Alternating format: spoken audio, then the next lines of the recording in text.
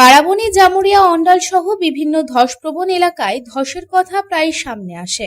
অপরিকল্পিত নির্মাণ বা ভূগর্ভস্থ খনির কারণে প্রায়শই ধস ও আবাসনে ফাটল ধরার ঘটনা ঘটছে। এই দুর্যোগের কবলে পড়া পরিবারগুলির পুনর্বাসনের জন্য সরকারের তরফে বহু সংখ্যক নির্মিত নতুন আবাসন তৈরি হয়েছে।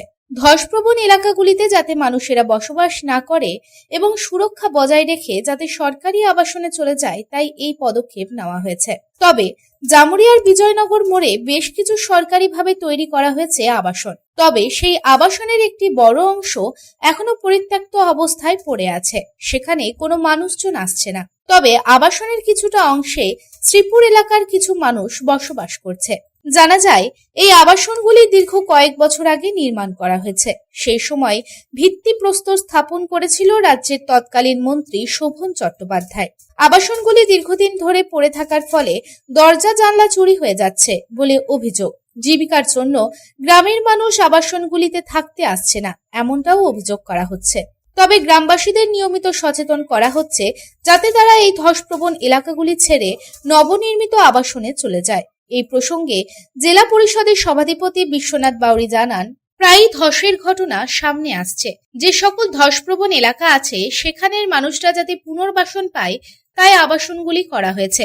তবে বিভিন্ন অজুহাতে মানুষ ফ্ল্যাটে আসতে চাইছে না।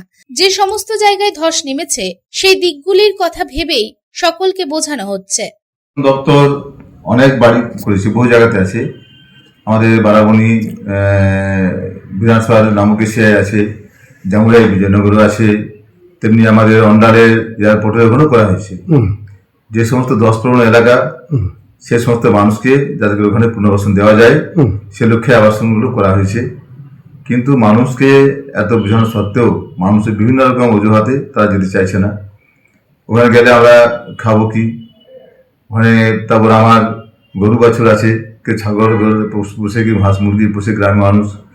ওগুলো ফ্ল্যাট টাইপ করা হয়েছে। সে ফ্ল্যাটে যদি উপর দুতলায় পাই আমি, একটা গাড়ি আছে, ধরুন সে গাড়িটা আমি কোথায় রাখি, বা আমার যদি হাঁস মুরগি গরু বাছুর থাকে সেগুলো কোথায় রাখবো, কোথায় আমরা। এই সমস্ত বিভিন্ন রকম অজুহাত বা বিভিন্ন সমস্যা রয়েছে, সেগুলোর জন্য তারা যেতে চাইছে না। আর তখন আমরা কিছু ইন্টারেস্ট দেওয়ার জন্য যাতে করে দেওয়া যায়, সেই জন্য আমাদের জেলায় আমাদের মিটিং হয়েছে।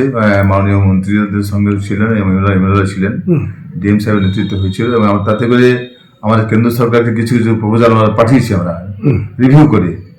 যেমন ধরুন বলেছি আমরা যে আগে হয়তো পরিবার কম ছিল, এখন হয়তো ছেলে মেয়ের বিয়ে শাদী হয়েছে, সংসার বেড়েছে, একটা করে বাড়িতে হবে না, তাই মিনিমাম দুটো করে বাড়ি দেওয়া হোক। আর দুটো বাড়ি দেওয়ার সঙ্গে সঙ্গে একটা মানুষ যদি ওখানে পুনর্বাসন দেওয়া যায়, সে সেখানে গিয়ে পরে তার খাবারের জোগাড় কীভাবে করবে, কোথায় কাজ পাবে সে।